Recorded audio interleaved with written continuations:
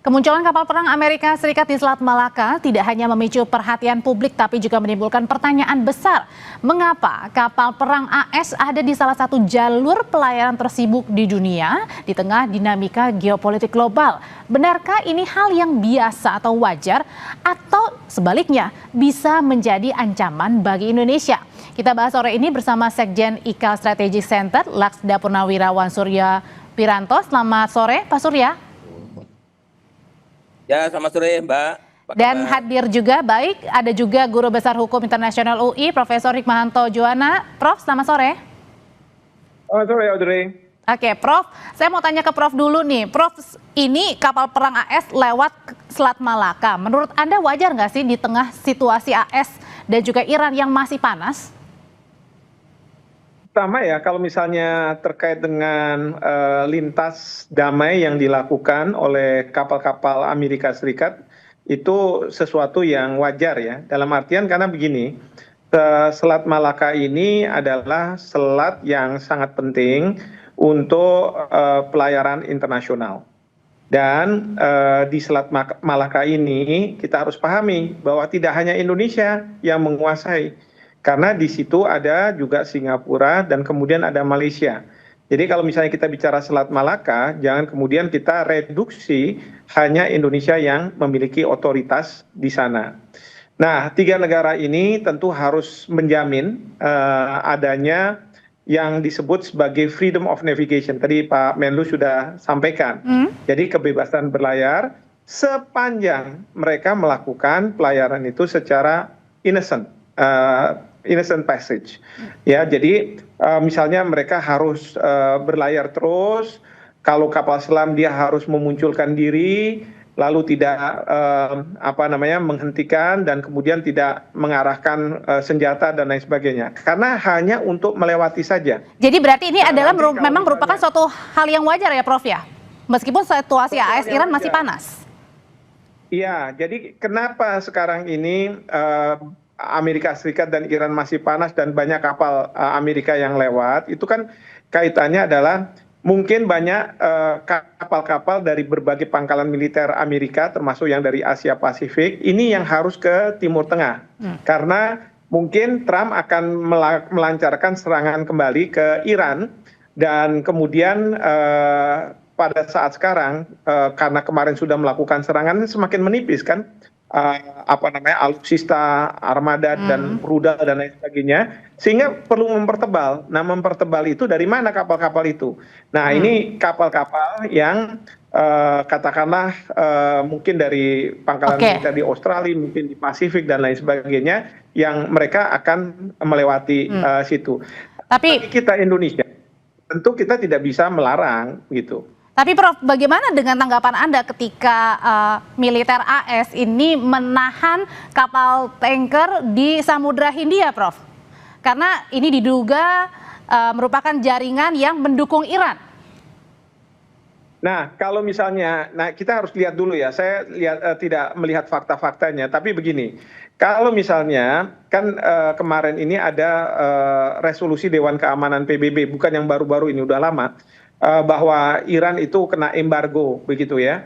Nah, dalam konteks untuk menegakkan bahwa tidak ada pihak-pihak tertentu yang bertransaksi dengan pihak Iran, maka sebenarnya siapa saja bisa menegakkan aturan yang ada di dalam resolusi Dewan Keamanan PBB. Nah, sekarang ini Amerika mungkin merasa bahwa ya sekarang sayalah mau menegakkan aturan itu. Karena kita tahu nggak ada polisi PBB yang bisa menegakkan itu. Nah, ini yang sekarang dilakukan oleh Amerika Serikat.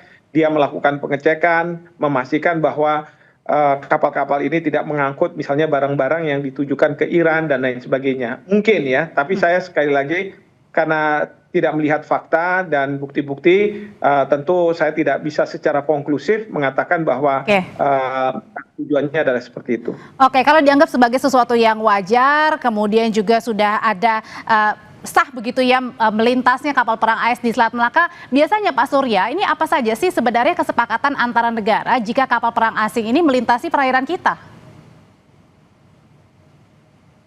Pak Surya? Ya, mungkin saya perlu menjelaskan dulu ya. Ya, halo? Silakan. Halo? Halo. Silakan Pak Surya. Ya, jadi saya perlu menjelaskan dulu karena ya, Mbak, mungkin sinyal saya kurang jelas ya. Aman Pak, silakan. Jadi saya perlu jelaskan dulu. Ya, halo. Silakan Pak Surya, silakan kami mendengar. Ya. Oke, oke.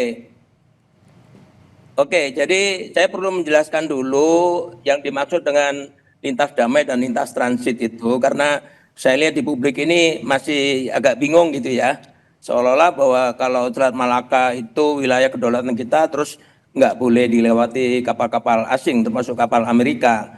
Nah, ada istilah lintas damai atau innocent passage, itu biasanya digunakan untuk lintas kapal, apakah itu di laut teritorial, perairan kepulauan, atau perairan pedalaman kita. Kemudian kalau istilah lintas transit itu biasanya digunakan dari satu pelabuhan ke pelabuhan lainnya, ya. Nah, itu ada kebebasan pelayaran dan penerbangan baik kapal maupun pesawat udara asing untuk tujuan transit ya, atau melintas yang dilakukan ini terus menerus, dan negara pantai juga tidak boleh mengganggu ya lintas mereka itu dari satu ZTE ke ZTE lainnya. Kemudian ada lintas alur laut kepulauan atau archipelagic sea lanes. Nah, itu yang ada di Alki 1, 2, 3 kita itu. Yang terakhir ada lintas akses dan komunikasi atau sea lane of communication. Ya. Nah, terkait dengan lintas damai tadi yang disampaikan, ya itu berlaku di Selat Malaka, karena Selat Malaka ini kan selat yang strait normally used for international navigation. Jadi siapapun kapal boleh lewat situ, walaupun pemilik selat itu coastal state-nya ada Indonesia, ada Malaysia. Artinya, Pak Surya? Ya. Ya, artinya Jadi, ini bukan mengancam kedaulatan, apalagi mungkin dipersepsikan mungkin jangan-jangan sesuatu yang menyeret Indonesia ini jangan-jangan masuk di dalam konflik perang. oh tidak ada kaitannya sama sekali, karena selat itu memang digunakan untuk pelayaran internasional, Mbak. Kita kalau patroli di Selat Malaka itu sudah normal, kita ketemu kapal Indo Amerika atau kapal Indo Cina sudah normatif, karena ya kita hanya bisa mengawasi aja, mereka bebas keluar masuk asal aturan-aturan yang terus menerus, misalnya nggak boleh membuat kegiatan-kegiatan yang mengganggu pelayaran internasional yang ada di sana, itu dipatuhi, Mbak. Jadi itu hal-hal yang normatif seperti tadi dikatakan Prof. Hikmahanto juga. Oke, kalau gitu Prof, sebenarnya apa hitung-hitungan untungnya bagi Indonesia nih ketika kapal perang AS lewat ke perairan kita? Ya, ini memang sekali lagi sebenarnya nggak ada untung atau rugi ya, tetapi memang Indonesia kita harus membuka Selat Malaka itu untuk kita tidak halang-halangi dan lain sebagainya. Dan sekali lagi ini ada 3 negara yang ada di situ.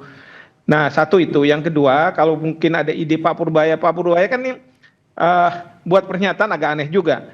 Awalnya bilang boleh tapi tidak boleh, gimana? Karena sebenarnya nggak bisa juga dikenakan tarif seperti itu, ya. Nah, tapi kalau dari pihak Singapura dia pinter, dia punya yang namanya kapal pemandu. Nah, kapal pemandu ini kalau misalnya kapal mau masuk ke Selat Malaka karena sangat dangkal ya untuk kapal-kapal tertentu bisa kandas karam gitu, maka ada yang namanya pemandu. Nah, pemandu ini itu dikuasai oleh Singapura, bayar mahal dan lain sebagainya untuk kapal-kapal ini bisa melewati dengan selamat. Nah, kalau misalnya Indonesia kita mau bilang sama Singapura nih, sama Malaysia, ayo kita ngomong lagi ya, bicara boleh nggak kalau misalnya kita kan punya Pelindo, kita mau supaya Pelindo bisa menghasilkan uang, boleh, tapi kita juga harus punya berbagai peralatannya, dan saya yakin peralatannya sudah ada, tinggal sekarang negosiasi dengan pihak Singapura. Oke, Prof, tapi gini, pertanyaan berikutnya adalah sebelumnya kan Tiongkok juga pernah meng-highlight wacana izin terbang militer AS di wilayah udara Indonesia. Baru beberapa hari kemudian sekarang kapal perang AS melewati Selat Malaka. Pertanyaannya adalah bagaimana menjelaskan ke negara-negara lain seperti Iran termasuk bahwa kita ini artinya kita ini menganut politik bebas aktif dan tidak berpihak kepada negara manapun yang sedang berkonflik. Ya, kalau misalnya yang soal blanket overflight clearance ini sebenarnya kan prinsipnya boleh nggak lewat gitu ya, prinsipnya kalau misalnya pesawat terjadwal sih boleh aja karena ada perjanjian internasional untuk itu ya, IASTA namanya. Tapi kalau untuk pesawat negara termasuk pesawat militer itu harus minta izin ke negara yang ada di bawahnya. Dan selama ini kita kalau nggak ada masalah kita kasih izin. Cuman yang diminta oleh Amerika Serikat ini blanket. Jadi dia bilang, udahlah kamu kasih saya izin untuk berapapun pesawat udara yang akan melintasi ke wilayah kamu tanpa kamu perlu tahu tujuannya apa, jenis pesawatnya apa. Jadi itu sebagai blanket. Nah itu yang kemudian diprotes oleh pihak Cina. Kalau misalnya satu persatu ya nggak ada masalah. Ya hak dari Indonesia sebagai negara berdaulat untuk memberikan kesempatan ya pesawat udara mau melintas. Cuman kan kita tahu blanket ini diminta oleh Amerika Serikat karena ya berbagai alasan. Apakah untuk pemupukan kekuatan di Timur Tengah, pesawat-pesawat militernya melewati wilayah itu, dan itu nggak cuma Indonesia, harusnya juga ke negara-negara lain yang akan dilewati oleh pesawat militer Amerika Serikat. Atau itu berkaitan dengan misalnya ada konflik mungkin antara Taiwan dengan Cina, sehingga Cina mungkin agak lebih sensitif mengenai masalah ini. Iya, jadi itu yang kita harus dalami, dan saya minta pemerintah untuk lebih menjelaskan, mengklirkan masalah seperti ini. Jangan sampai mereka juga penjelasannya penjelasannya kalau menurut Pak Surya sendiri seperti apa? Apakah tadi penjelasan dari Pak Menlu sendiri sudah cukup atau sebenarnya harus lebih clear detail lagi nih, Pak Surya, kalau menurut Anda? Ya, jadi memang kita harus memahami ya bahwa negara kita itu kan dulu negara pulau ya, terdiri dari berbagai pulau. Nah di antara pulau-pulau itu perairan internasional, artinya rute-rute internasional yang biasa digunakan untuk pelayaran gitu ya.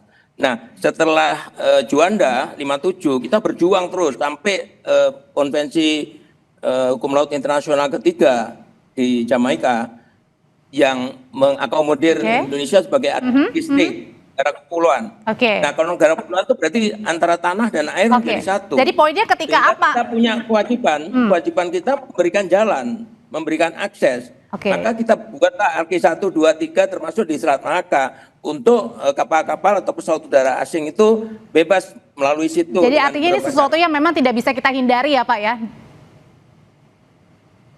Pak Surya? Tidak bisa, karena itu kewajiban kita Mbak. Ya, itu kewajiban kita Mbak, memberikan akses itu. Terima kasih untuk penjelasannya Pak Surya, Prof. Hikmah. Selamat sore Bapak-Bapak semua. Tetap bersama kami di Kompas Petang. Usai jeda kami kembali dengan informasi dari di tengah keputusan Presiden.